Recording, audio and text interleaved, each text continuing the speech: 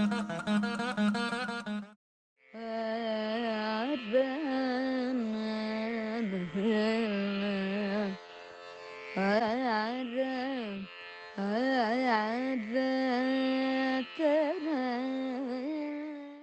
are we set? Yeah.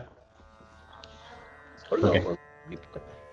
Om Shuklam Bradram Vishnu Sashivarnam Chaturabhujam Prasannavadhanam Dhyayet Sarvavighnopashanteye Guru Brahma Guru Vishnu Guru Devo Maheshwaraha Guru Sakshat Param Brahma Tasmai Shri Gurave Namaha Gurave Sarvalokanam Vishaje Bhavaroginam Nidhe Sarvavidyanam Shri Dakshinamurte Namaha Jnananandamayam Devam Nirmalaspatigakratem Adharam Sarvavidyanam Hayagrivam Upasmahe Saraswati Namastubhyam Varade Kamarupini Vidyarambam Karishyami Saddhar Bhutme Sada. Okay. Thank you, and sorry for the technical issues that we've had, and thank you again for patiently bearing with us. Without much ado, we've lost some time as well. So today we'll start with, we'll resume our deep dives into the Kriti. The format has changed a bit based on feedback that I received. Thank you to everyone. So today here's the agenda. We'll look at the feedback review. We'll do an overview of the Kriti.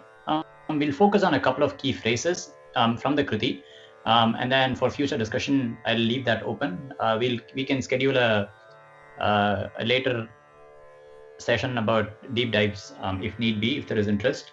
But because we have kids in here, I don't want to take up too much of their time. Okay, thank you. Next slide, please.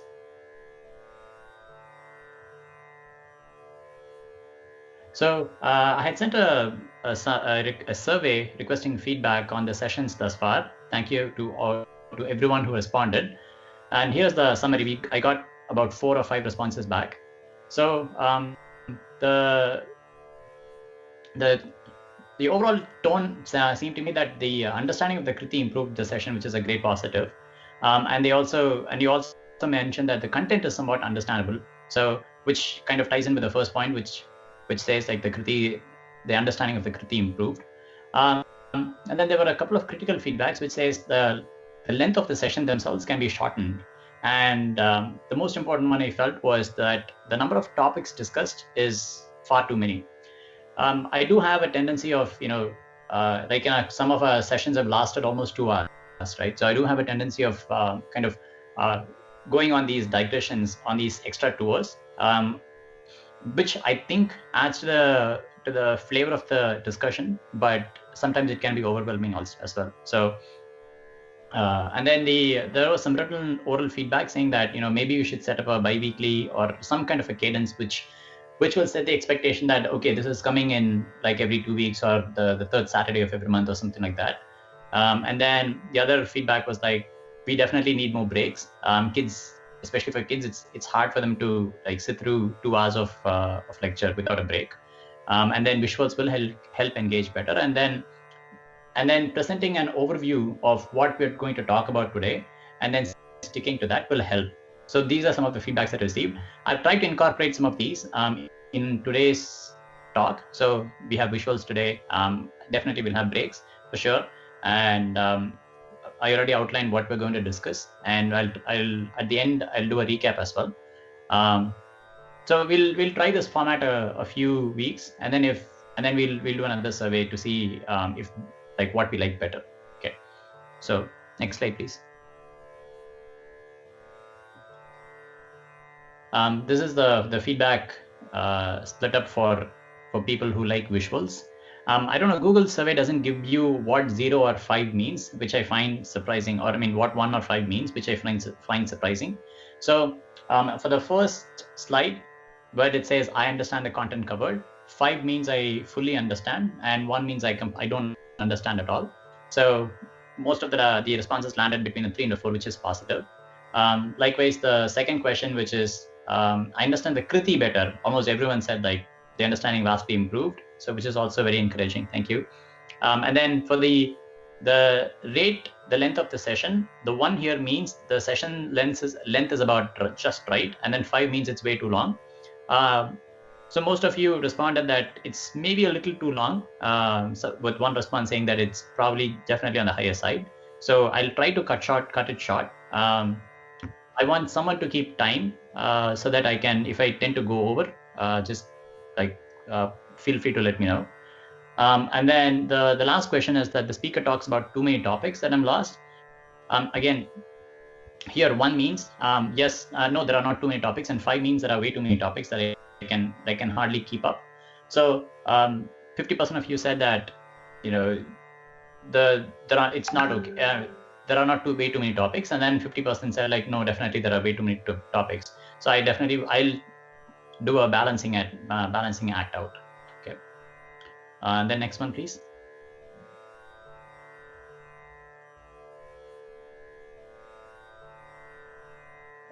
I've just when I do the full screen, I sort of not able to. Let me just mute myself. Yeah, you cannot do picture in picture. Okay, I don't know. Yeah.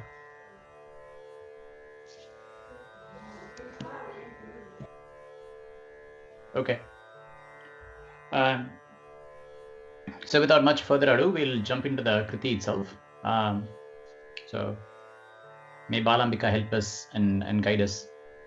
So for the Kriti overview, we'll do a quick look at the Sthalam, or which is the place at which this Kriti was written, on which deity. And then the Murti is Balambika. And then the Kirti. In general, like what is special about this Kriti? Okay, next slide, please.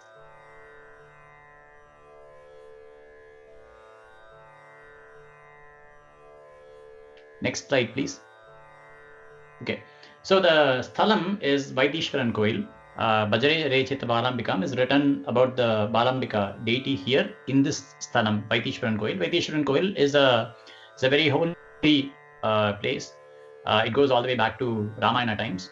It's called, in Tamil, it's called Pul Irukku Velur. So Pul means, in Tamil, it means bird. So and then there is a tank here that's called Jatayu Tirtham. So the idea is that Jatayu was given moksha here in Vaitheeswaran Koil, or Jatayu prayed in Vaitheeswaran Koil, one of these two. And then Pul Irukku Velur, the Rig Vedam, Irukku is the Tamil version of Rig. So Rig Vedam is supposed to have come and done a puja here, Pul Irukku Velur. So Muruga Peruman or Subramaniya Swami has done puja here to his Amma and Appa, to his father and mother here in this Kshetram. So Pul Irukku Velur. So it's called Pul Irukku Velur in Tamil. And then the next slide, please. It's about 200 or 300 kilometers south of Chennai. It's very close to Chidambaram. And in this temple, there are 3 principal deities. So the first one that you see here, on the leftmost, is sorry, Ray, or a comment. There seems to be a slight delay between me changing the slides and then you guys seeing it. So just just keep it in mind. Okay. Let me know if you guys are having any issues. Okay. Yeah, looks good. Yeah. Thank you, Sai. So these are the principal deities here in Vaitheeswaran Koil. The one on the leftmost is Subramaniya Swami. Here he is called as Selva Muthukumaran. And the one in the middle is Balambika, the deity on which the Kriti is composed. And one on the right is Vaidyanatha Swami, who is the consort of Balambika. And he's the universal healer. He's the universal doctor. So he's the Vaidyanatha Swami. So a lot of people come to this place and if they need to rid themselves or one of their family members of a specific disease. And then this Kshetram has if you guys remember from one of our earlier sessions in the Dikshita Jayanti session, I mentioned that this place is where Dikshita's father came and he did a tapas for 48 days to beget a child. And at the end of 48 days, Balambika, who is the principal deity here, she came in Dikshita's mother's dream and tied a necklace of pearl around her waist. And then 10 months from there, Dikshita was born, and Dikshita was named after the Subramaniya Swami here in this Kshetra or Muthukumara Swami, so whom we call as Muthuswami, right?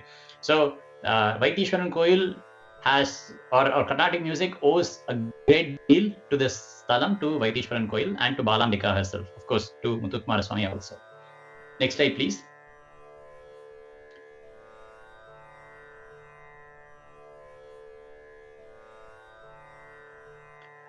This Kshetram is also, there are Navagraha Kshetras. So if you guys have gone to any temple, you will see the 9 planets, the shrine for 9 planets, right? So which is on the left. So you'll have Moon, Shukra, Shanishchara Bhagavan, you'll have Rahu, Ketu, Mars, and so on and so forth, right? So, and then there are different temples in Tamil Nadu or even in India where the shrine is specifically dedicated to one of these 9 planets. Likewise, here at Vaitheeswaran Koil, the Kshetra is dedicated to Angaaraka. So Angaaraka is planet Mars. So on the right, you can see his the Utsav Murti of Angaaraka Swami in Vaitheeswaran Koil. So Mars is a very fiery planet. So he's also decked in red. So red is the action, or red is the Rajoguna Prayukta, right? So red signifies action, and Mars is all about action and being fiery. And the Adhisthana Devata for Mars is Subramanya Swami, who also has a greater significance here in Vaitheeswaran Koil. So it's a multifaceted temple. If you guys haven't been to Vaitheeswaran Koil, you should definitely go take a look at it. It's a very, very highly significant temple, and it's very close to Chidambaram. So you'll get the dual benefit of visiting Chidambaram also. And it is also very, very, very close to my hometown, which is Sirgari. You should definitely go visit there because I was born, or because it's my hometown. No, I'm kidding. You should go visit there because that is where Trinyana Sambandar was born. And there's a beautiful, huge temple of Shiva and Parvati in Sirgari also. So all of these are like within 10. Sirgari is about 5 kilometers from Vaitheeswaran Koil. Chidambaram, I think, is about 10 or 15 kilometers from Vaitheeswaran Koil. And there is also a Divya Kshetram in Sirgari. I forget the name of it, but so if you go in one shot, you can cover practically the entire pantheon of Hinduism. So I highly, highly, highly recommend that all of you go there. Next slide, please.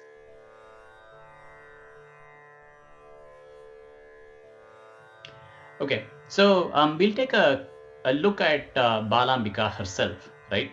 And for this, I'm going to do my own reference because I'm going to move a bit away from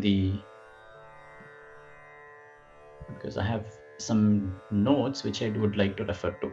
Okay, you guys can still hear me, right? Yeah, we can hear you. RC, just a quick question. So, by the way, is it okay to ask questions in between? Yeah, of course. Please feel free to. I mean, this is a very informal session. So Adada, I also heard that the main deity of Vaitheeswaran Koil was Tayyal Nayagi.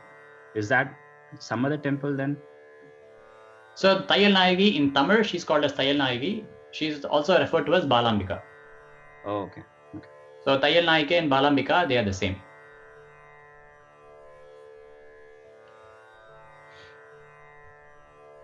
So now let's look a bit into Baalaambika herself, who she is. So first of all, her as her name implies, she's a deity who is of the age 9.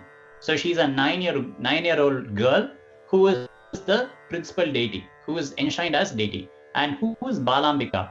Baalaambika is Sri Lalita Mahatripura Sundari's daughter. So when was she born? She was born during the Bandasura Vada, during the war with Bandasura. And Lalita Sahasranama says that she is of the same capacity as Lalitambika herself. She is non-different from Lalitambika. Is what? Bala Vikramanandita, right? So she is of the exact same, I mean, she is non-different basically from Lalitambika. And you might be a little surprised as to why a very young girl is being worshipped. And this is pretty common. Like, for example, even in the Vaishnava Sampradaya, you have Balakrishna. Subramanya is referred to as Bala Subramanya Swami, right? And in Kanyakumari, again, which is in the southern tip of South India, of India. Again, there the deity is worshipped as, I think she is a 16-year-old girl in Kanyakumari.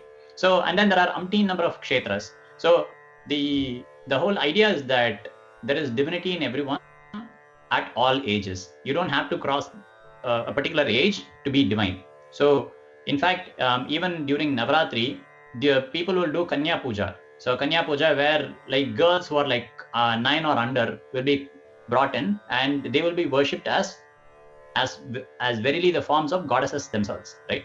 So they are Balambika essentially, right? So that is what the significance of Balambika is that don't be deluded, or don't think that just because someone is young, you should not listen to them. Okay, they are equally powerful. We have had umpteen number of like bhaktas in our tradition who are very, very, very young, right? For example, Triya Samandar, whom we talked about just a few minutes ago, he was deified. I mean, he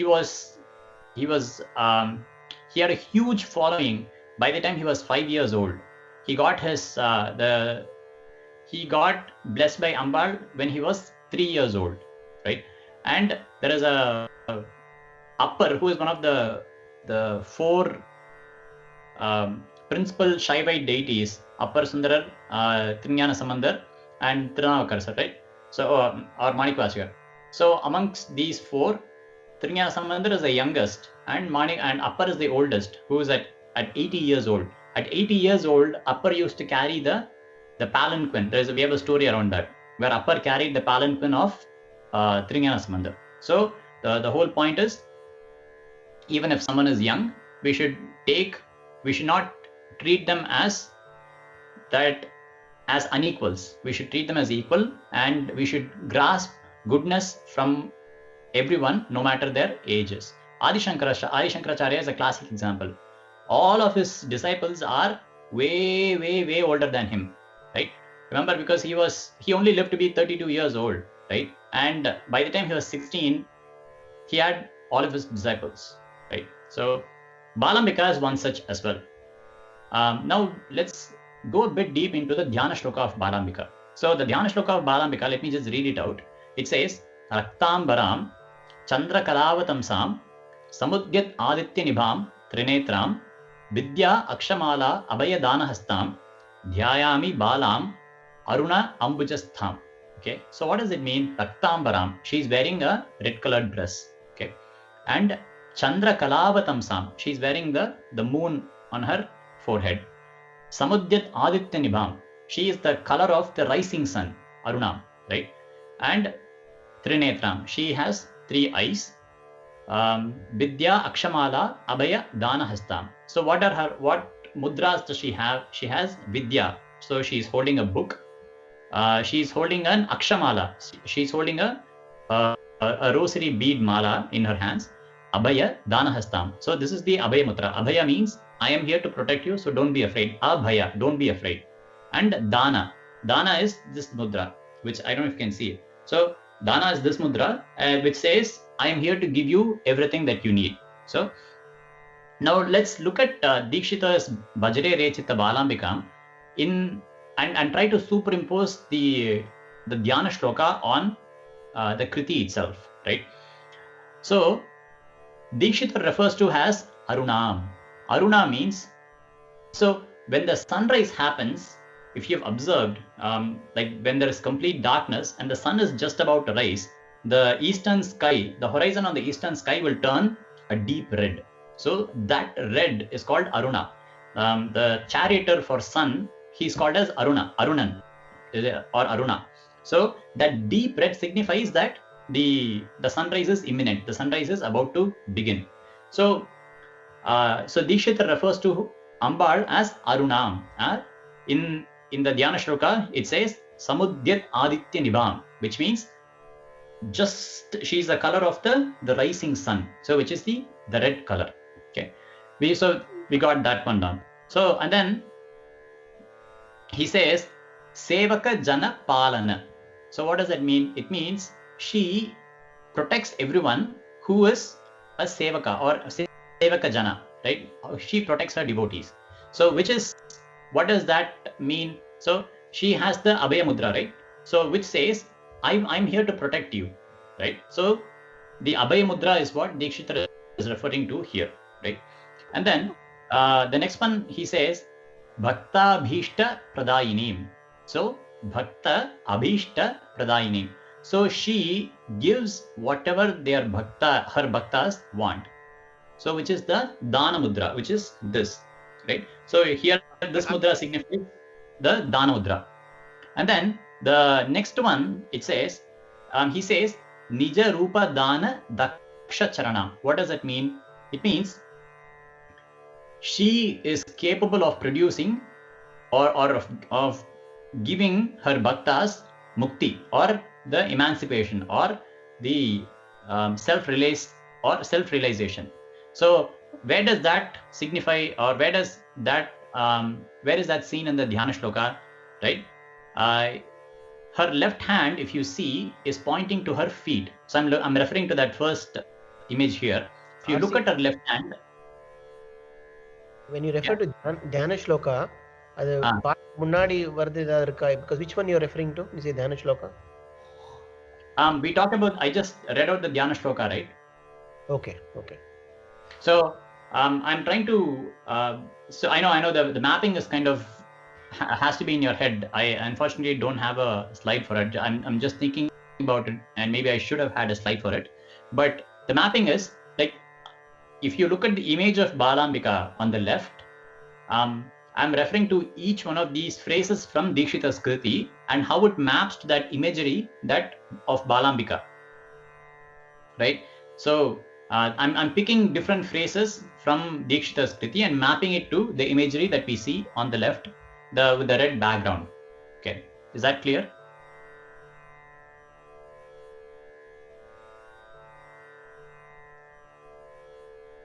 Yes? No? Astu. Yeah. Okay.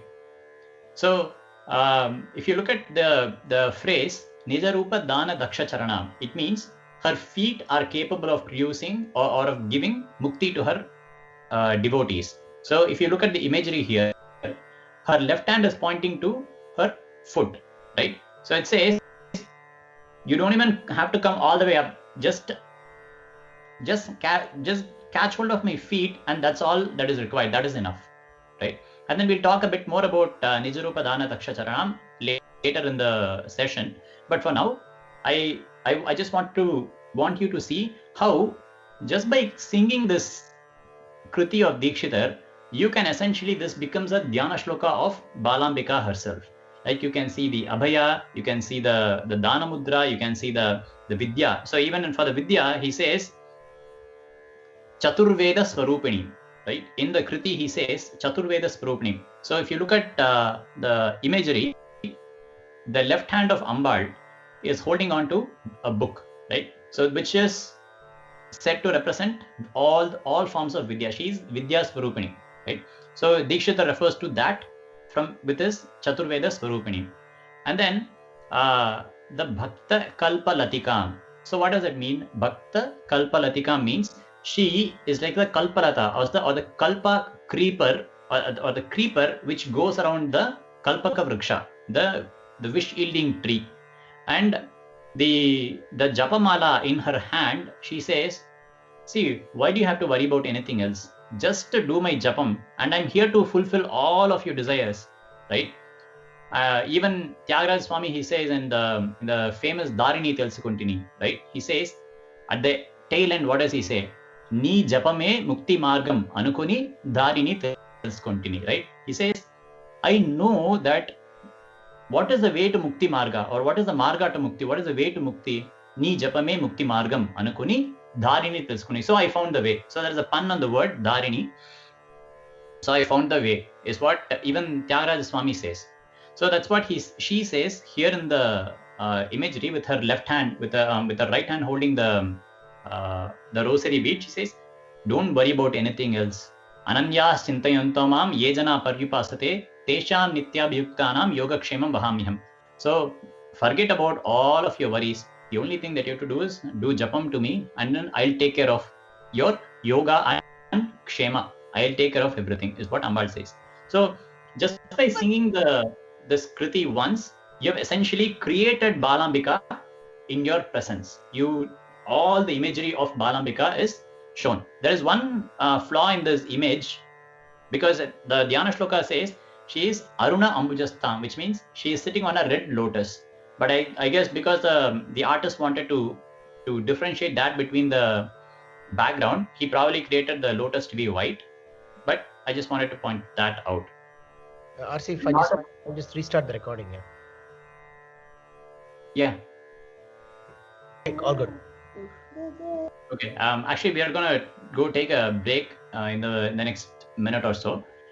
I just wanted to conclude this section by saying, if you look at the Balambika Dhyana Shloka, it's not just this one simple Balambika, one simple Dhyana Shloka. This is a consummate Dhyana Shloka. But then there are 3 individual Dhyana Shlokas for each of the kutas. Because in the Kriti he says, he refers to Vagbhava Kutam, Kamaraja Kutam and Shakti Kutam, right? So there are 3 different kutas, 3 different groups, which we'll talk about in the next half.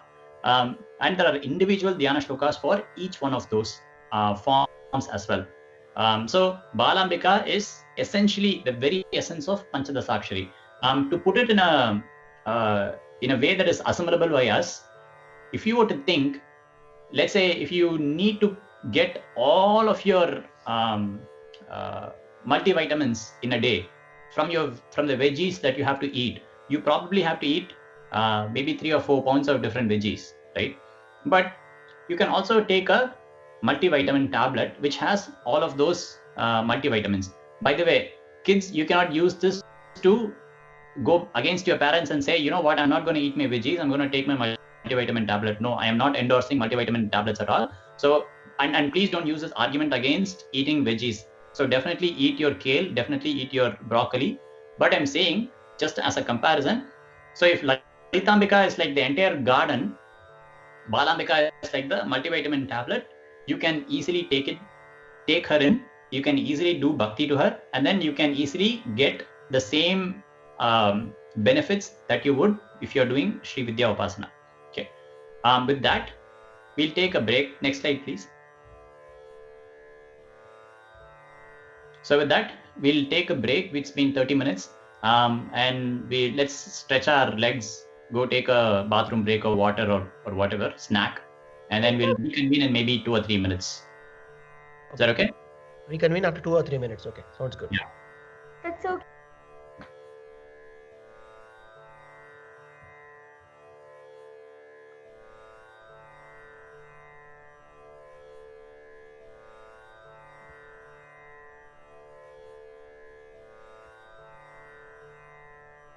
Suraj and family, are we good? Are you guys here? And we have someone else on the call. Yeah. Yeah, we are here as well. Okay, sounds good. Thank you.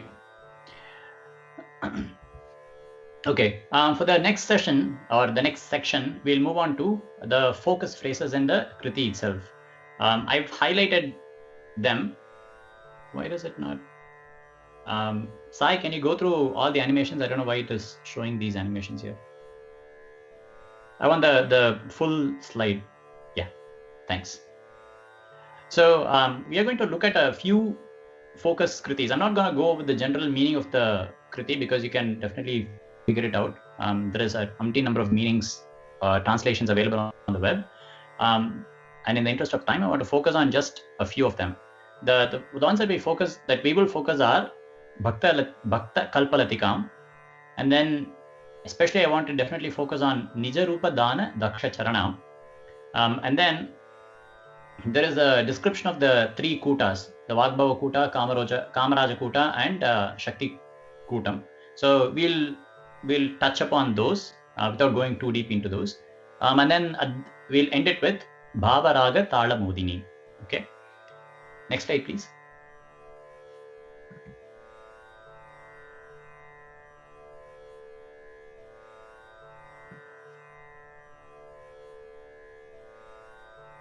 Okay, so how many of you here have heard of Sri Vidya? Sri Vidya Upasana? if you are doing a show of hands, I cannot see. So have you, if you can unmute and let me know for a brief second, that'd be helpful.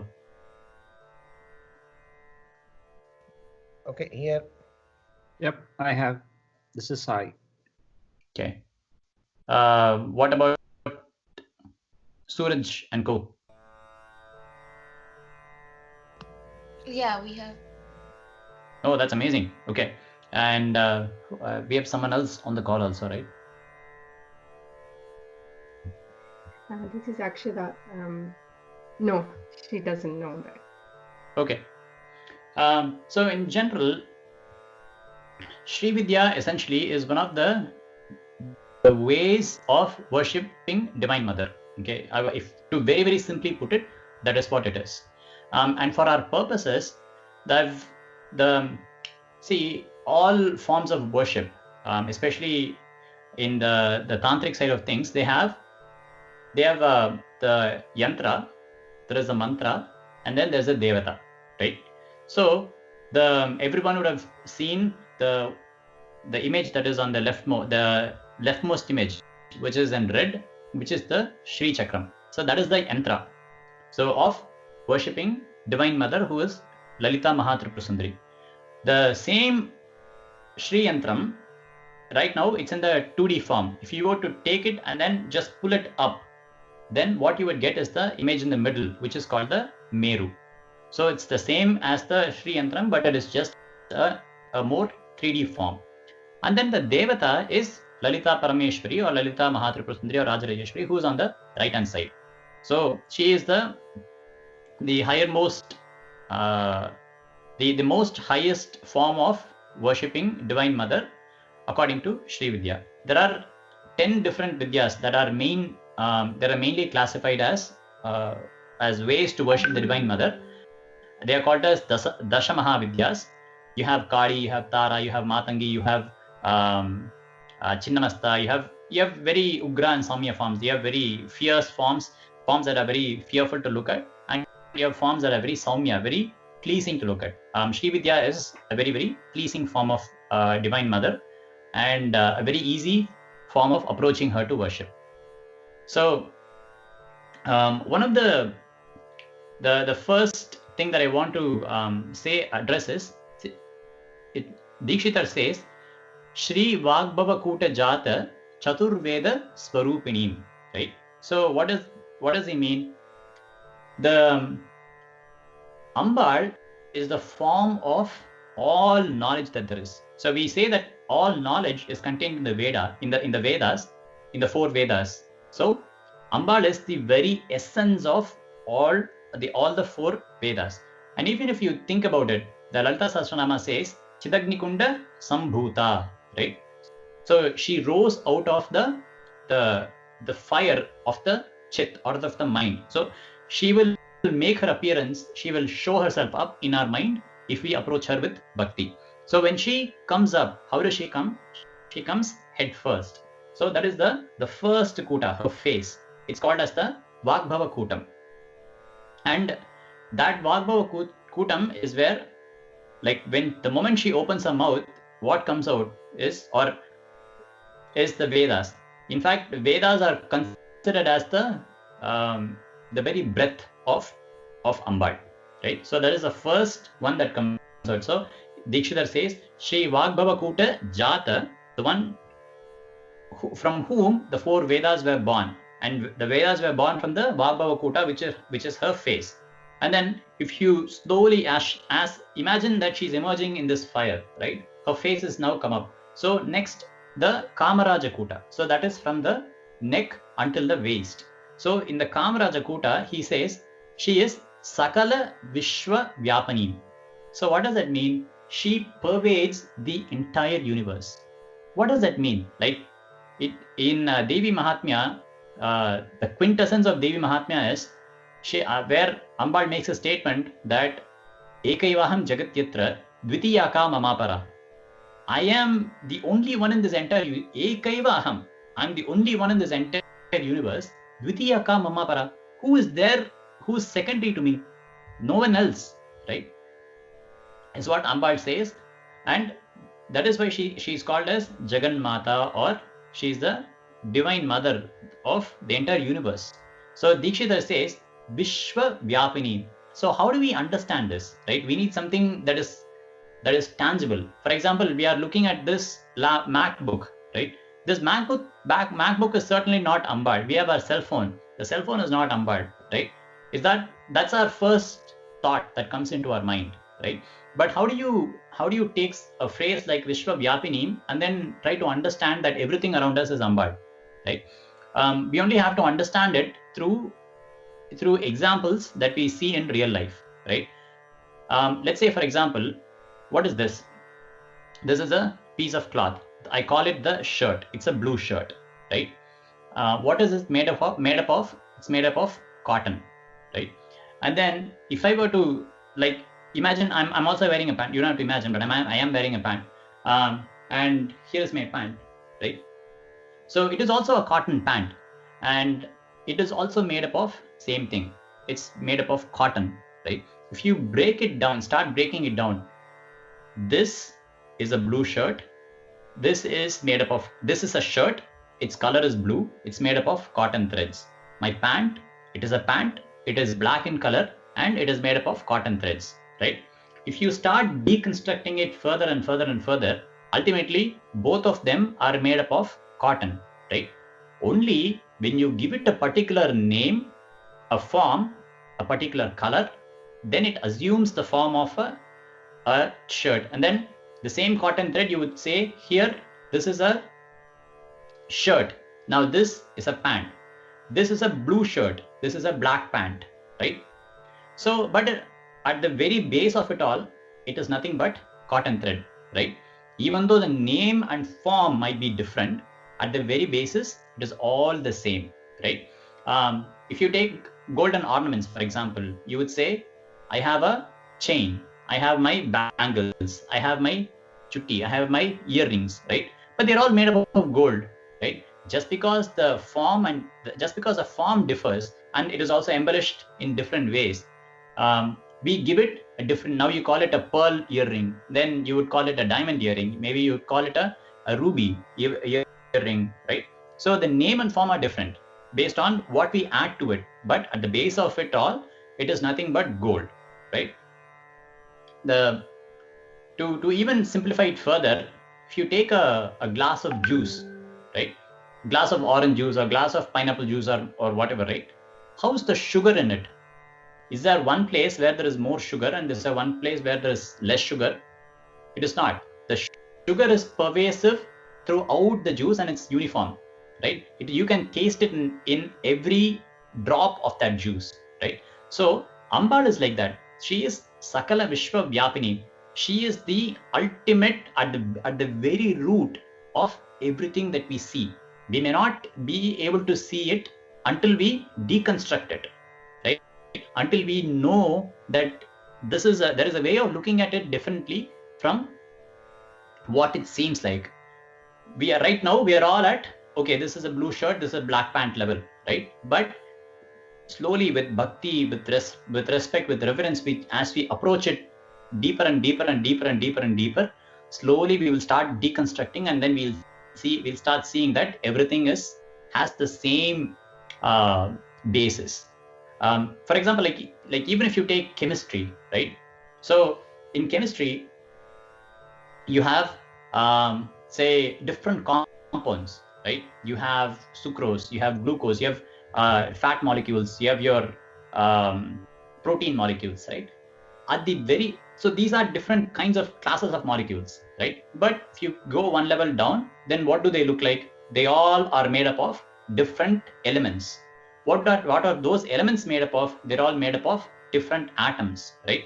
So the carbon or nitrogen or hydrogen or oxygen, they all have the same electron, proton, neutron structure, right? The number of electrons and number of protons will change what element it is, right? But they are all same as electrons, protons, and neutrons. If you go one level further down, they start calling things like quarks and bosons and fermions and whatever else, right? Let's not. I just wanted to bring that example in to say that at the very basis, even if we stop at the electron, proton, neutron level, right, we can see that everything around us is made up of the same stuff, right? So Ambal is like that. She is Sakala Vishwa Vyapini. She is everything, right? It will take us several lifetimes to realize that, but it doesn't change the fact that she is everything, and some people are able to see that. Have you guys seen the movie Matrix? Anyone? The first or the last one, or even the first one? Have you guys seen the movie Matrix? Yep, I have. No. Okay. I encourage you all to go see, because this fact of Sakala Vishwa Vyapini is actually embedded in that movie. Like, if you see it as a movie for its visual effects, it's stunning. But if you can also see it from an Advaitic viewpoint, and that movie will start making sense to you as well. I'm not going to give you any spoilers in case you plan to watch it later. But Matrix is a great movie for you to watch if you want to kind of understand what Advaita is about. Okay. Now, next slide, please.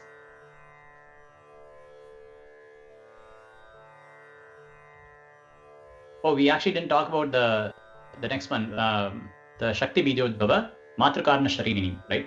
So we'll talk about it in the next slide. That's fine. So for this one, in this slide, the Sri Vidya, we talked about this earlier as well, as what the yantra is, what the devata, who the devata is, right? And one of the things that you guys need to know about Sri Vidya is, what is the mantra? The mantra is called as Panchadasha Akshari, which Panchadasha means 15, Akshara means syllables. So the Sri Vidya mantra has 15 syllables in it. Okay, I won't go into the details of mantra yet, but it is good enough for you to know that Sri Vidya has Panchadasha Akshari. Even in this, there are many songs where you will see Panchadasha Akshari, Pandya Kumari, Panchadasha Akshari, right? In Panchashat Pitarupri, right? So the mantra is Panchadasha Akshari, and that mantra is in 3 different groups. Each group is called as a kuta, a peak. The first group is called as Vagbhava Kuta. The second peak is called as Kamaraja Kuta, and the third group is called as Shakti Kuta. So, and that is what Dikshita is referring to in Vagbhava, Kamaraja and Shakti Kuta. And because Balambal is not different from Lalita Mahatripura Sundari, he is using the same reference. He is taking using the same names, Vagbhava, Kamaraja and Shakti Kuta, for Balambika also, because, like I said, Balambal's mantra is slightly shorter. It can be a Trakshari, which means 3 syllables, or it can be a Shadakshari, which is 6-syllabled letter, as compared to the 15. So there is a reduction in the number of syllables in the mantra, but the essence is exactly preserved. As is with each of these 3 different groups, they all take one akshara in Bala mantra. So the Kuta's definition, they have an exact match both in Lalita Mahatripura Sundari's mantra and in Balambika's mantra. And then I also said that we have to talk about Shakti Kuta. So going back to that imagery of Ambal is rising up.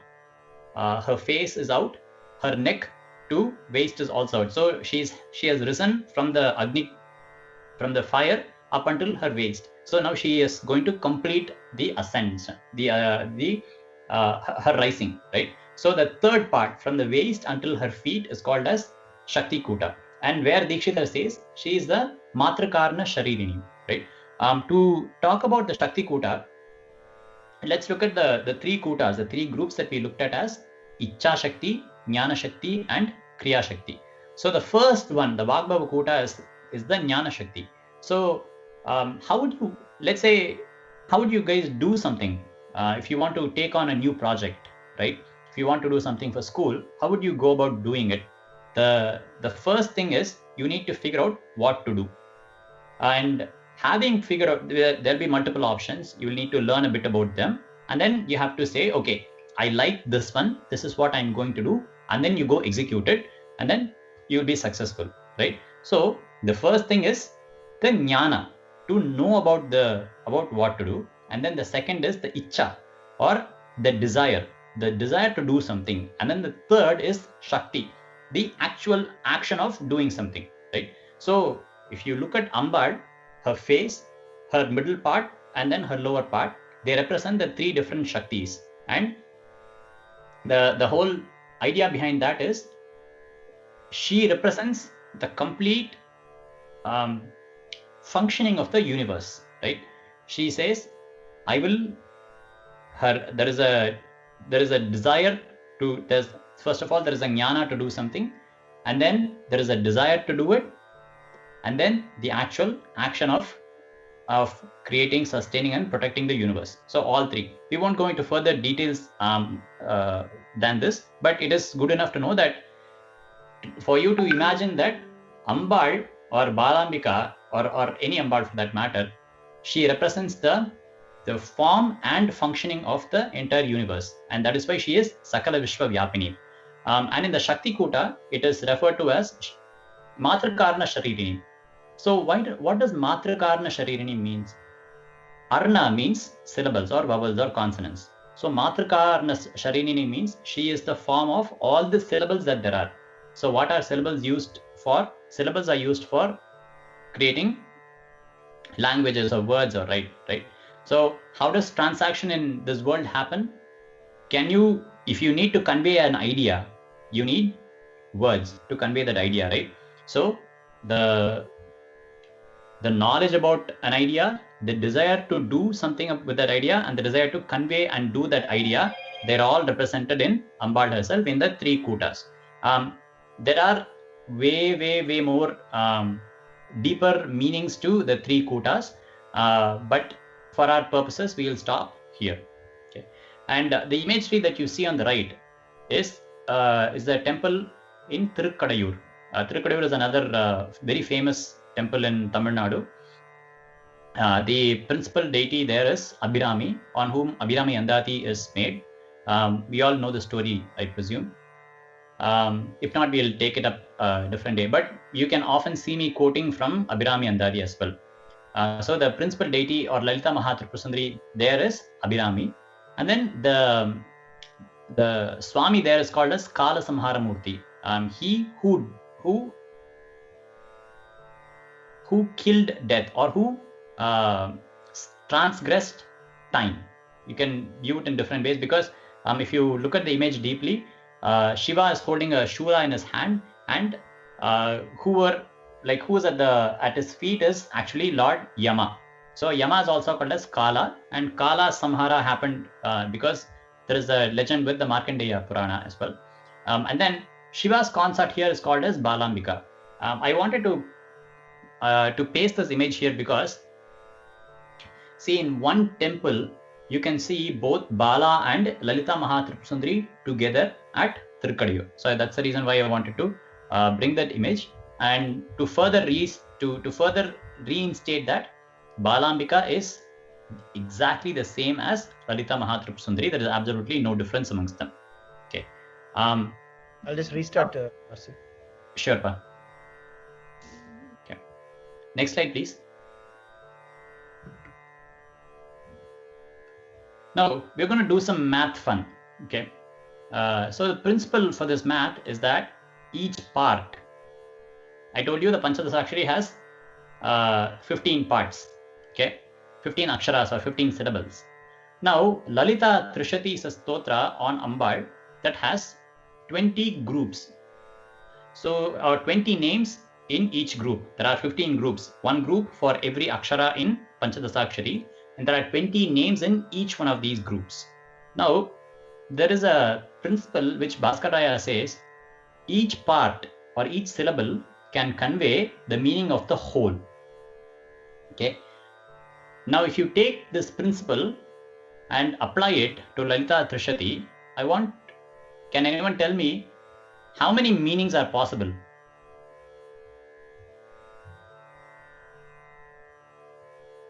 Anyone into permutations and combinations? Anyone into exponentiation? I've already given you clues.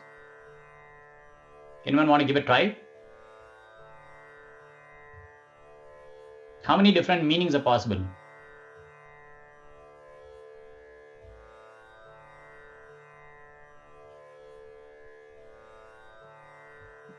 300.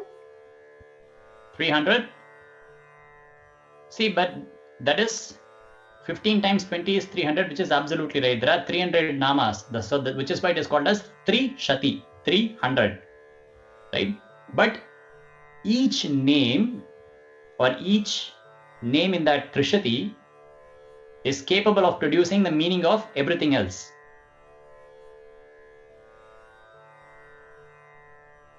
So let's say, for example, if you have 3 sets, right, or 4 sets, A1, A2, A3 is set 1, B1, B2, B3 is set 2, C1, C2, C3 is set 3, and D1, D1, D2, D3 is set 4.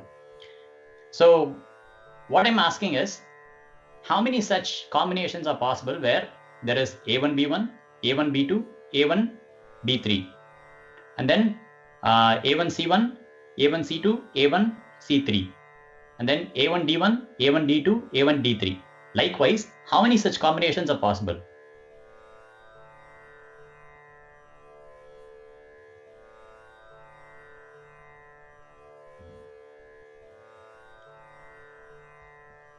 (15 times 20). Who's this? Akshita. Okay, I think you're getting closer to the answer, but in the interest of time, I'm going to go ahead. Please, the next slide, please. I'm going to say how many such combinations or how many such meanings are possible. Okay. So the total number of meanings that are possible with that is 20 to the power of 15, which is 32,768,000 trillion. So if you were to recite Lalita Trishati, or if you were to even sing this Kriti with bhakti, you don't have to think about Lalita Sahasranama. You will effectively be doing a Lalita trillion namarchana. Every time you sing this Kriti, you will essentially do a Lalita trillion namarchana to Ambar. I just wanted to, this is from Bhaskar Raya's Barivasya Rahasya. I just wanted to bring it in because I thought, as kids, math will be definitely more alluring to you all. But it also conveys a very important point, right? Which is, look at the depth at which some of these things are constructed. To be able to understand the principle, I'm still trying to understand the principle that each part is able to convey the meaning of the whole, right? And here Bhaskar Raya says that the number of meanings that are possible is 32 million trillion, like not 1 or 2 trillion, but 32 million trillion. So every time you sing this Kriti, if you keep this in mind, then you will effectively be doing a trillion namarchana to Ambal. Can we ever do a trillion namarchana to Ambal in our like? Can we ever get as many flowers to do a trillion namarchana, or can we ever have the capacity or the feasibility to do a trillion namarchana to Ambal? Right? Even if you were to crowdsource it, it's going to be impossible. But look at how easy our ancestors, our rishis have made it for us. Right?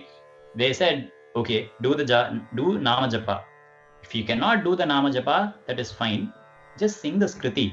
You can happily enjoy the divine Kalyani and yet have the same effect as doing a trillion Namarchana to Lalitambika.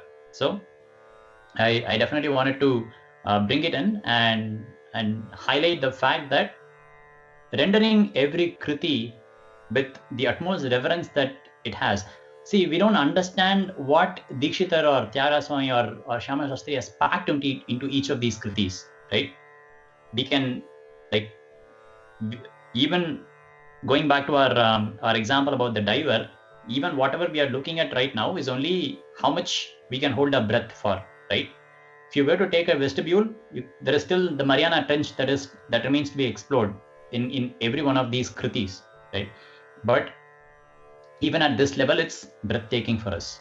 So with every Kriti, like MSM always does, we always have to think about the composers who have packed such power into each of these kritis. Next slide, please.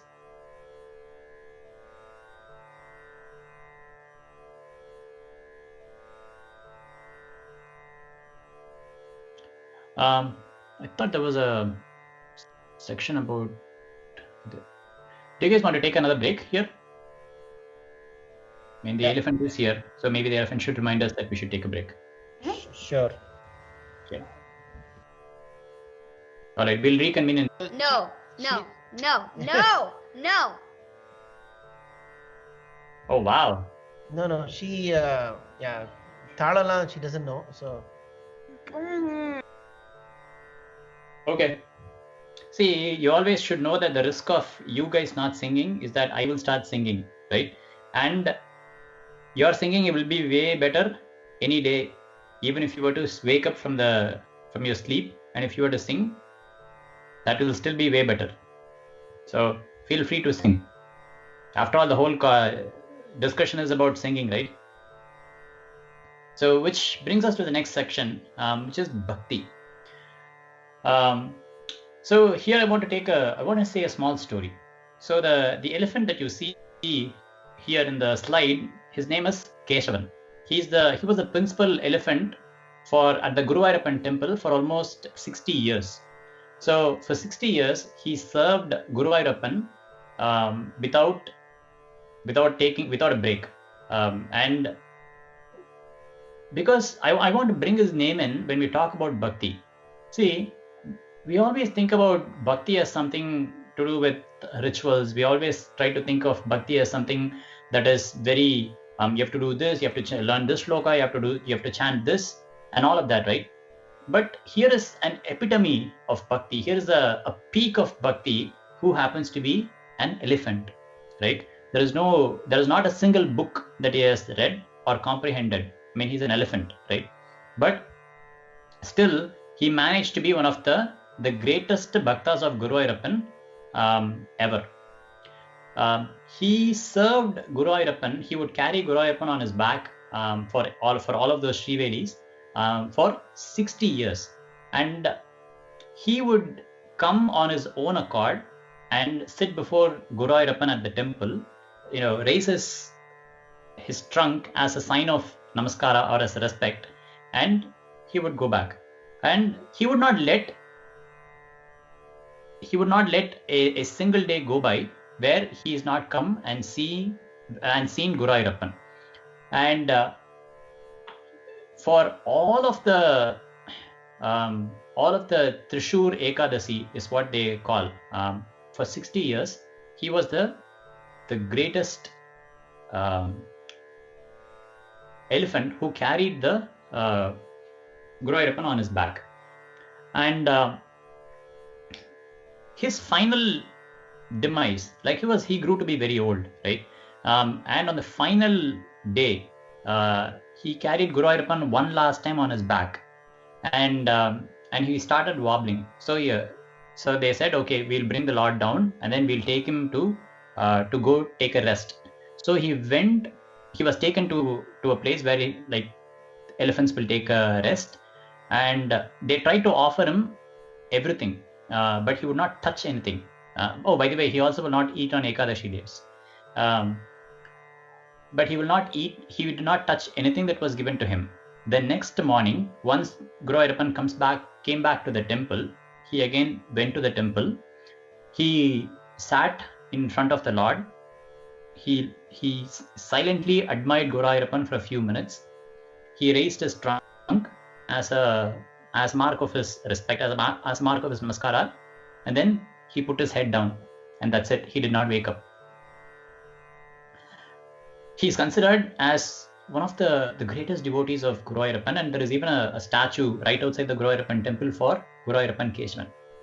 What I'm trying to say with this story is bhakti is not something that is associated with rituals. Bhakti is not something that is associated with shlokas. Bhakti essentially is nothing but pure love, right? For example, if you think about it, here in this country, in the United States, if if a parent is found to be mistreating or missing the responsibilities toward their children,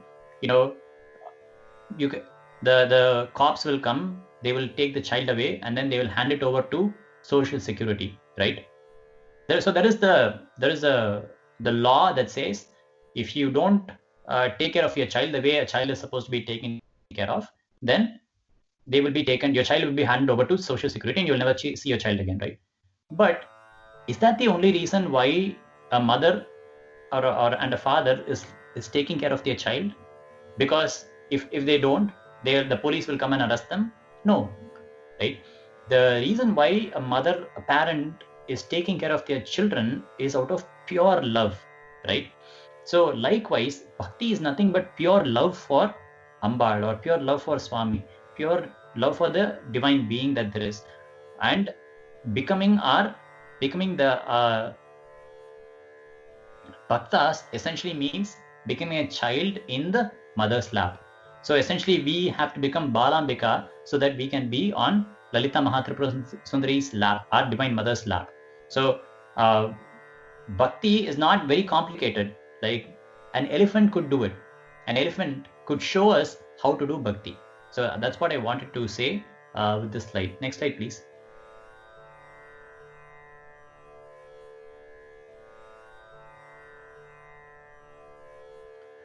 So the reason why we talked about bhakti is we are moving on to the next phrase, which is bhakta kalpalatika. So if you become a bhakta like that, if you show bhakti, which is nothing but pure love. See, Tirumular says, Telivu Guru Uru Sindithal Dane. So all you have to do is just think, right? Ambal is Chitagni Kunda Sambhuta. She appears in your mind, right? So just think about Ambal, and that is all that is required. So once that thinking takes a strong foothold, then everything that you do will be with bhakti. You can eat with bhakti, you can sleep with bhakti, you can brush your teeth with bhakti. So bhakti will become the undercurrent in your life. So to such bhakta, who is Ambal? She is a kalpalatika. What does kalpalatika mean? In Devendra's Devaloka, in the heavens, there is supposed to be a tree called as Kalpavriksha. So the moment you go under that tree, whatever you think of, that tree will give it to you. There is even a funny story that once a guy who he did not know that it was a Kalpavriksha, he went and slept under the tree, and then he was thinking, oh, I'm so hungry, how nice it would be to have a full meal. And then immediately a full meal appeared. So he was surprised, and then he went on to ask for money, he went on to ask for big houses and whatnot else. And then suddenly he had a thought, oh, what if a tiger comes out and eats me? And then a tiger appeared and ate him. So Ambal is like Kalpavriksha. She's like that Kalpavriksha. She is Chintamani. Whatever you think of it, she will give you to the Bhakta who professes nothing but pure love to her. In Lalita Sahasranama, she is referred to as Bhakti Priya, Bhakti Gamya, Bhakti Vashya. She likes Bhakti, she goes to one with Bhakti, and she is completely captivated by Bhakti. There is no other way to bring Ambal into your houses. You can simply say, a very simple way of doing Bhakti is just to think about her. Right? She is Sulabha. Just think about her. Just think about, okay, if you are going to go out of the house, just say, Amma, I'm going out of the house. And then when you come back, just say, Amma, I'm back in the house. Did you stay comfortably here? Just think about, okay, Amma, I'm going to start eating my food. But before I start eating, here the same, I want to offer this food to you. Amma, I'm drinking a glass of water. This glass of water is for you. Amma, everything, just think of her, and that becomes Bhakti. And that is what she really desires. She is Bhakti Priya, right? And there is also a different meaning to Kalpalata. So Kalpa means imperfect, and Lata to spread over. So Kalpalata means we have limited means, right? How can we do Bhakti? We can do Bhakti with whatever limited means we have, whatever understanding we have, right? But the love can be, we all know how to love.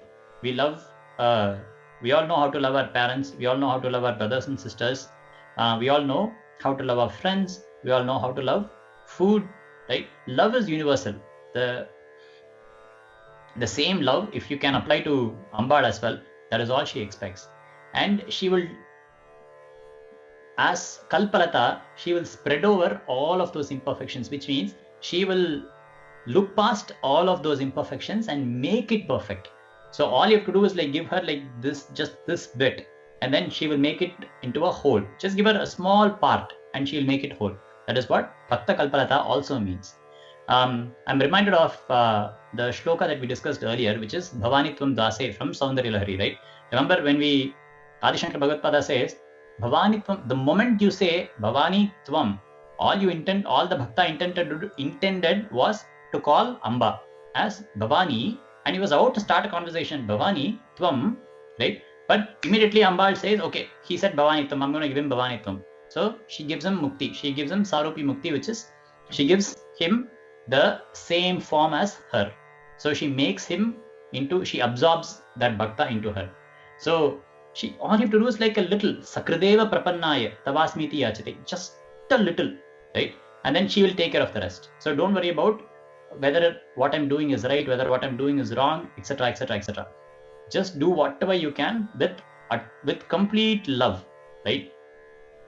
And Ambal will take care of everything else, right? Next slide, please.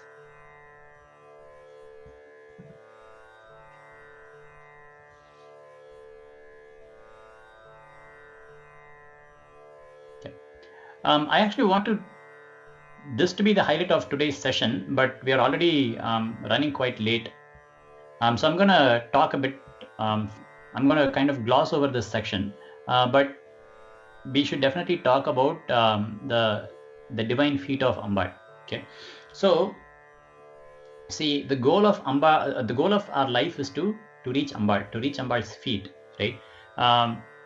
Even MS Amma will say, there is only திருவடி புகழ்ச்சிடா, முகஸ்துதி பண்ணக்கூடாது, சுவாமி கூட திருவடி புகழ்ச்சி தான் இருக்கு, முகஸ்துதி இல்ல அப்படின்னு. So முகஸ்துதி is to praise one's face, which is a different, in Tamil it also means to, I'm not getting the right word in English for it, to patronize someone, okay? So, but even for Swami, you should not do Mukhastuti. Everyone has only done Tiruvadi Puguchi, which is, they've all praised their feet. For example, no matter what the sect is, whether it is Vaishnava or Kaumara or Shakta, Shaiva, whatever it is, the common theme across all of these is everybody has praised the divine feet. Like for example, in Vaishnava Sampradaya, there is Paduka Sahasram, which is a set of 1,000 shlokas written by Sri Vedanta Desika on Lord Ranganatha's feet. There is, for Subramanya, there is Sirpada Vaguppu by Arunagiri Nadar. For Ambal, there is Padaravinda Shatakam by Mukha Kavi. So everyone has talked about feet.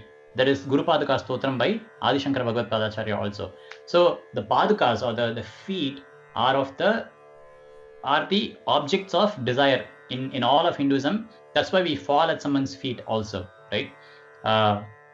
We do a namaskara to our elders at the temple, because we say like, I just want your feet, nothing else. I don't want anything else. If I catch hold of your feet, and it means that I got everything that I need, right? Next slide, please.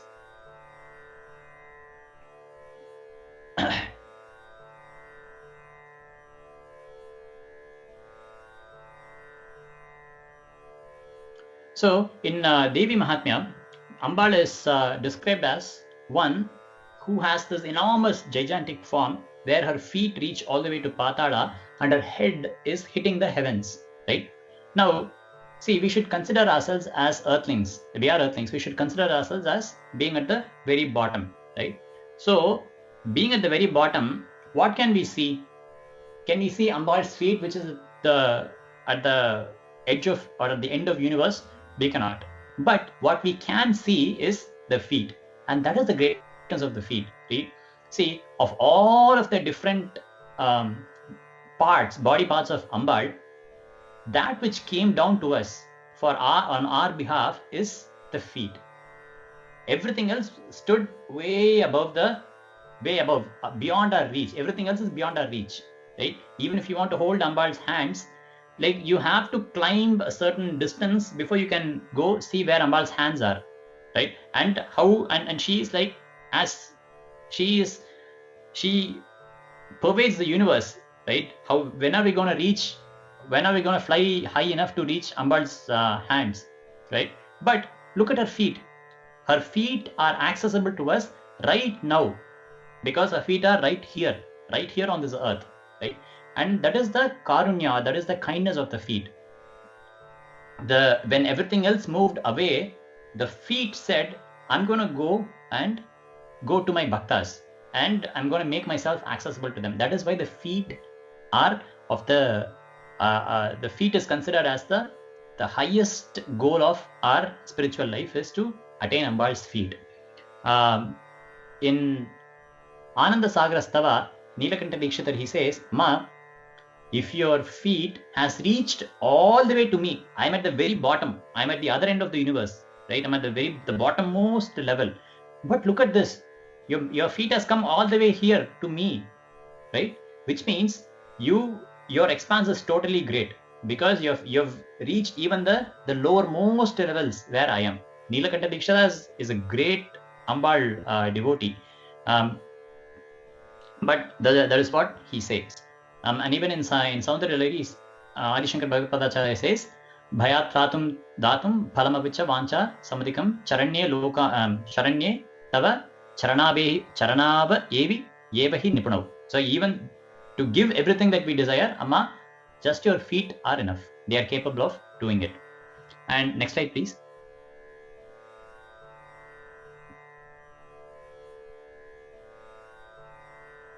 In I wanted to take just a couple of minutes to talk about Nija Rupa. What does Nija Rupa here mean? Right? So the meaning of this phrase is Nija Rupa Dana Daksha Charanam. Her feet are capable of giving the Nija Rupa to us. What is our real Nija Rupa? Right? Our real nature, our real Rupa is that of our own self. Right? In the Advaita, according to the Advaita Sampradaya. So Dikshitar is an Advaitan, out and out. So we will look at Dikshitar's kritis as in the Advaita Sampradaya, which is the non-duality Sampradaya. At some point, maybe we should do a session on Advaita itself, on what it is. And to the best of our understanding, we can explore that. So according to Advaita, our real self is nothing but we are non-different from the universe in itself. We are non-different from the divinity itself, is what Advaita means. And Dikshitar says Nijarupa Dana Dakshacharanam, which means Ambal's, if you go do bhakti at Ambal's feet, she will give you mukti. Mukti is what Nijarupa here means. She will liberate you from all bondages, is what that means. Even Ambal's feet are also considered as Guru Paduka. In Mukha Panchashati, Mukha Kavi says, Gurumurthe Tvam Namami Kamakshi. You are my Guru. Amba, you are my Guru. You are the Vidya Swarupini. You are the form of all knowledge that there is. So you are my Guru, right? And Bhaskar Raya says, sorry, I cannot see this very well. 1 second. I'm trying to refer to this here. So Bhaskar Raya says, one's Guru is identical with Devata, the Vidya, and a Chakra. So the one that we talk about. So the Sri Yantra, the Meru, and the Devata, they are non-different from one's Guru. So the Guru is of utmost importance in any sampradaya, right? And Bhaskar Raya says, one will attain oneness with all of this, or the Nija Rupa. The Nija Rupa is to become one with everything. So Adi Shankara Bhagavadacharya says, sea is a wave non-different from the ocean. When it rises up and when it has a particular form, we call it as a wave. But the moment it falls into the ocean, it becomes absorbed into the ocean, right? So right now we are all like waves, but we all have to get absorbed into the ocean, and the only way to do that is through Ambal's Kripa or through Guru Kripa. So that's what I wanted to talk about this. But there is also a subtle hint in Nija Rupa Dana Daksha Charana, right? See, Dikshitar ends this kriti with saying, Guru Guha Rupa Muttu Kumara Janani. Right? He says she who is the mother of Muttu Kumara, who is in the form of Guru Guha. So Guru Guha is Dikshitar himself, and we have talked about how Dikshitar is an avatara of Subramanya at Vaitheeswaran Koil. So Dikshitar is subtly hinting, saying that she is my mother, and I am nothing. I am non-different from Subramanya. I am Subramanya is what Dikshitar is hinting at us. Okay, next slide, please.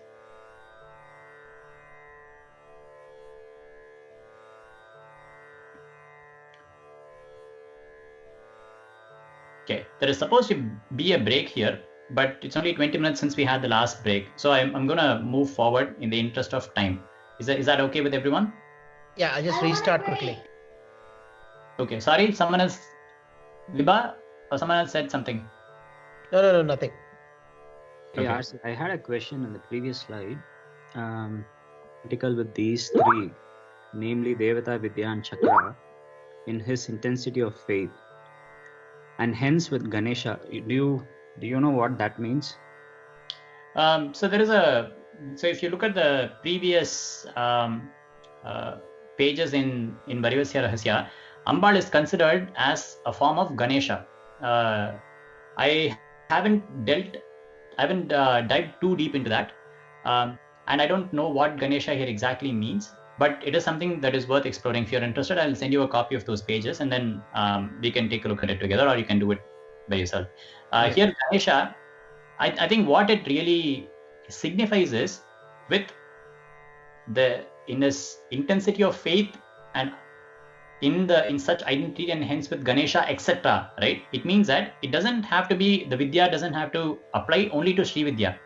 If you have faith, whoever your Upasana Devata is, be it Subramanya, be it Ganesha, be it Allah, be it Jesus, be it whoever it is, you will attain that same Sarupya or that same Sayujya, whatever form of Mukti that you want, that you desire, irrespective of who the Upasana deity is.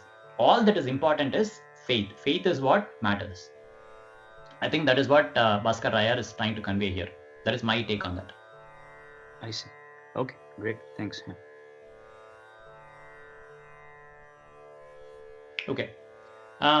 So the next phrase, the last phrase that I wanted to discuss is Bhavaraga Tala Modini. Right? So here, notice how Bhava is the first one that comes. Right? Now, a quick question for you all. I definitely want all the kids to answer this question. What is the movie that you really liked, that you either cried or laughed with that character?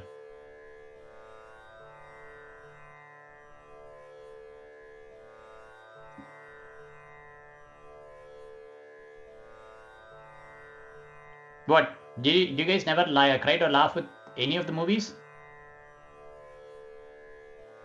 Or maybe you don't watch movies, which I find a bit hard to believe.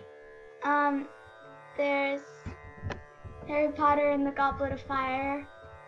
Okay. Which is the character that you really liked? I like Cedric Diggory until he died.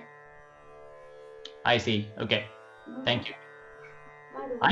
For me, I cried and laughed with a lot of movies. But for example, I cried when Finding Nemo was lost. When Nemo was lost in Finding Nemo, just as an example. Or in Moana, I cry for a lot of movies actually.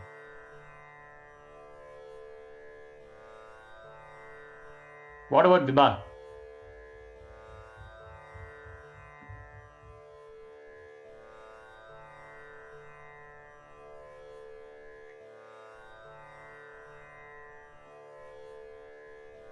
Vibha? Brainstorming, lot of choices. Okay. In the meanwhile, how about Samyukta? How about Ananya? I don't know if Raghav is also there on the call. If Raghav is there, then Raghav too. Raghav had midterm class, but I cried when I cried during Finding Nemo. No, I actually cried in Lion King when Mufasa dies. Like he falls off the cliff. Oh my God! Don't get me started with that. I cry every single time I watch that movie. I like every single movie, so anything applies. What is Vibhas and what is Samyukta's? Yeah. For me, like the Vampire Diaries, it's just kind of like overall really sad because people just keep dying, and then the witch brings like them back to life. But then by the time that happens, my favorite character, Elena, she ends up like becoming a vampire, which was one of like she never wanted to happen. I see. I cried in Maleficent. Maleficent? Okay. So the reason for asking this question, thank you everyone for coming up with your list of movies. But the reason for asking this question is, why? What do you think made you cry? Was it the emotion that was behind that scene? Like when Mufasa dies or Nemo is lost, right? There is an emotion that is being conveyed that is so powerful that it shakes you to the core and brings out the tear in your eyes, right? Yes? No? Yes.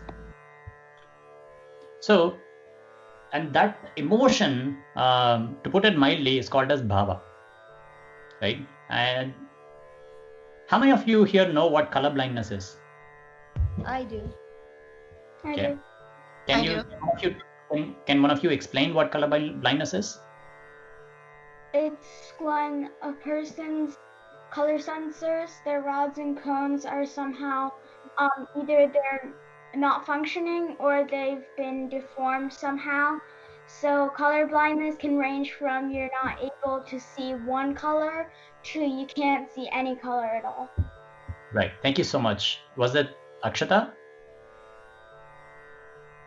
Or was it Samyukta? I couldn't tell. It was Akshata. Akshata. Thank you, Akshata. Now we're gonna take a minute or two to watch a video. And I want you to watch this very carefully. Sai, can you click on that link and play the video?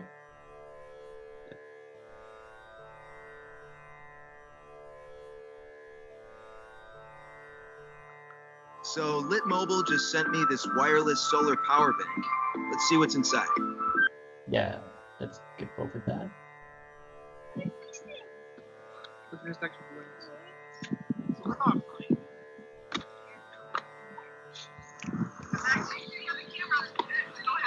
We got him. So here is a boy who is colorblind, and he's being given a special set of glasses which will enable him to see color. That's the backdrop for this. I know it's a bit staggered. The video isn't very smooth, but yeah, he's excited. He doesn't know what to expect yet. Got a bunch of colors in here, buddy. Can you see it? I don't know if you can see, but his first reaction is that of, what are you doing?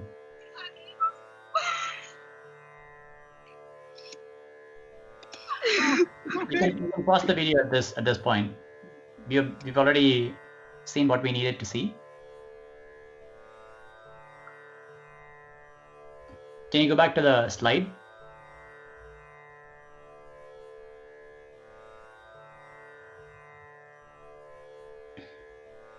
So what did you guys see? What did the boy do? He's a colorblind boy, and he was given these special glasses which enabled him to see color, right? And what was his reaction?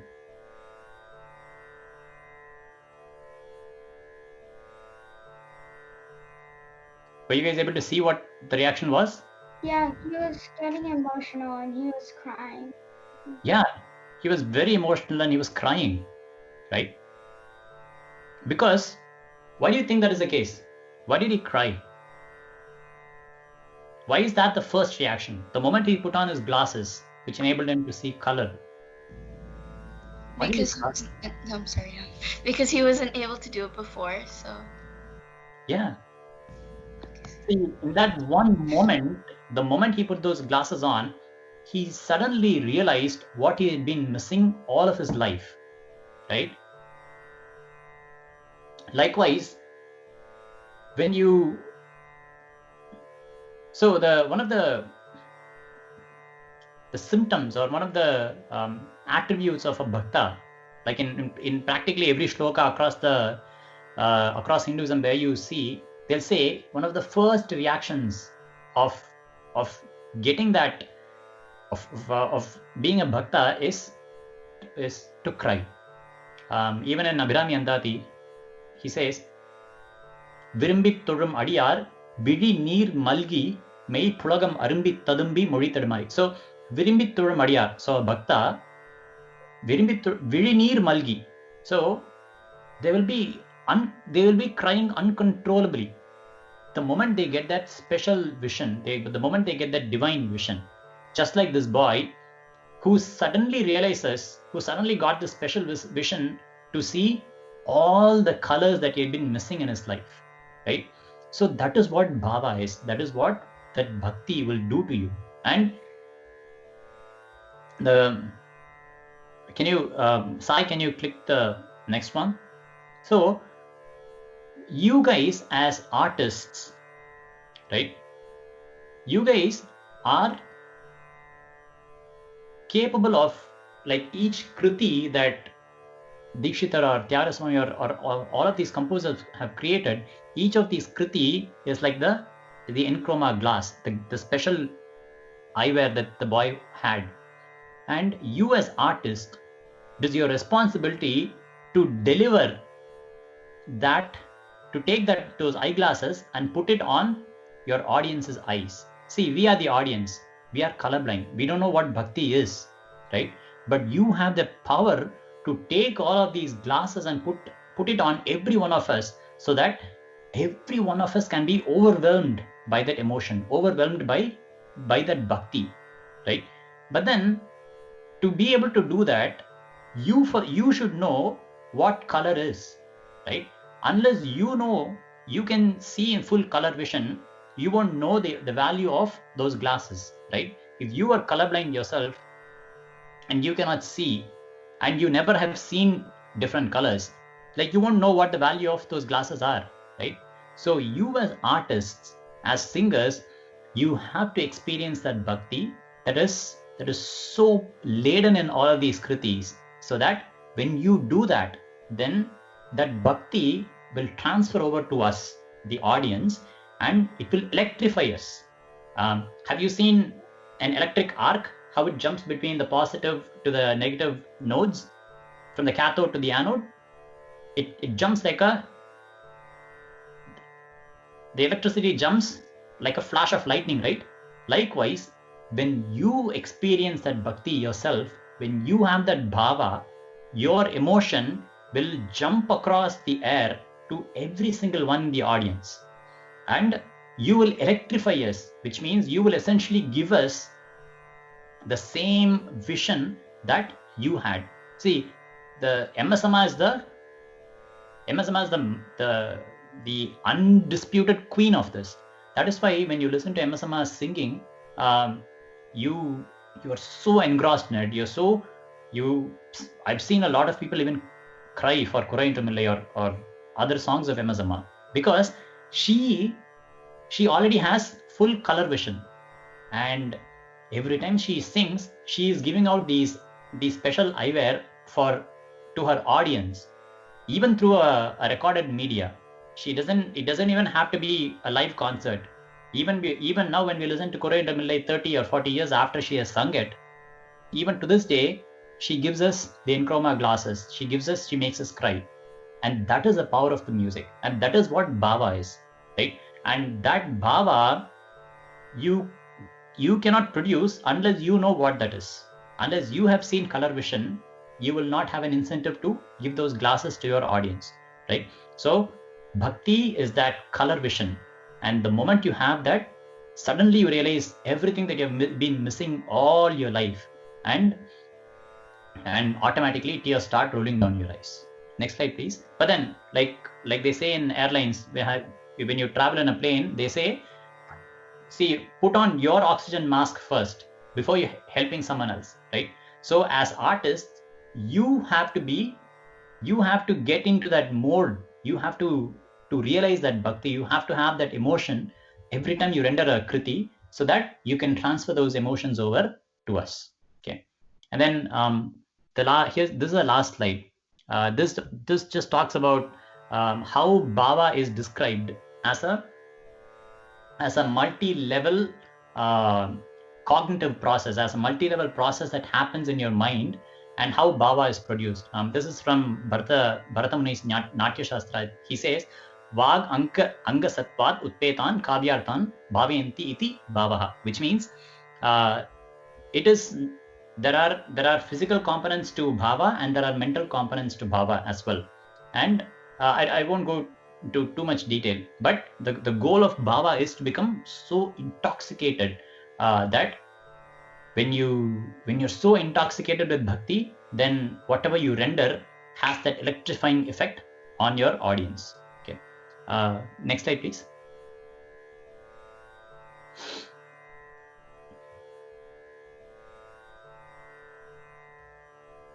So I want to kind of recap and close the session with that. So what we discussed was, we looked at what the Kshetra is, which is Vaitheeswaran Koil, and that the Kshetra, the principal deities are Muthukumara Swami, Balambika, and Vaidyanatha Swami, along with it also being a Kshetra for planet Mars. And then we looked at how Balambika and Lalita Mahatripsundari are the same, and Bala is how and how Bala is the Kalpalatika for devotees.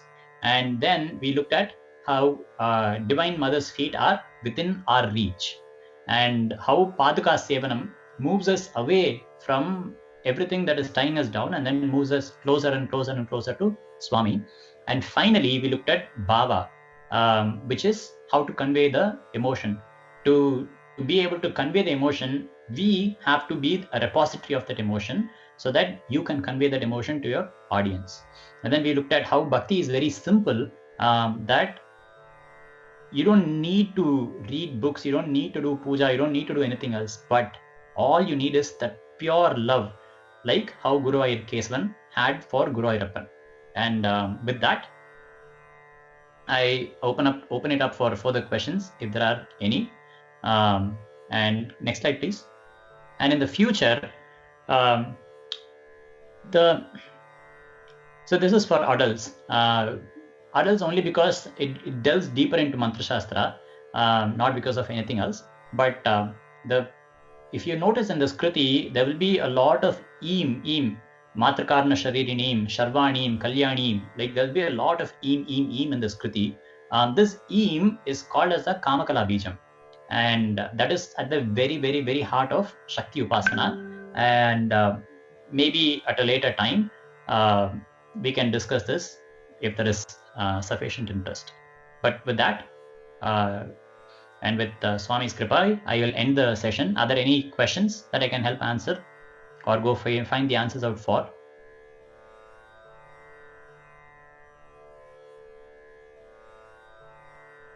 Going once, going twice, and going thrice.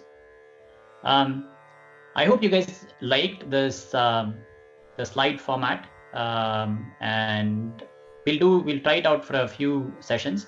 If you guys like it, let me know. If you guys dislike it, definitely let me know, and we'll take it from there. Okay, thank you everyone. Thank you. Thank you. Bye. Thank you. Bye. And thank you, Sai. Oh, thank you for putting a lot of these efforts so far. A lot of efforts have gone here. So, yeah. Swami Kripai. Hari Om. Hari Om.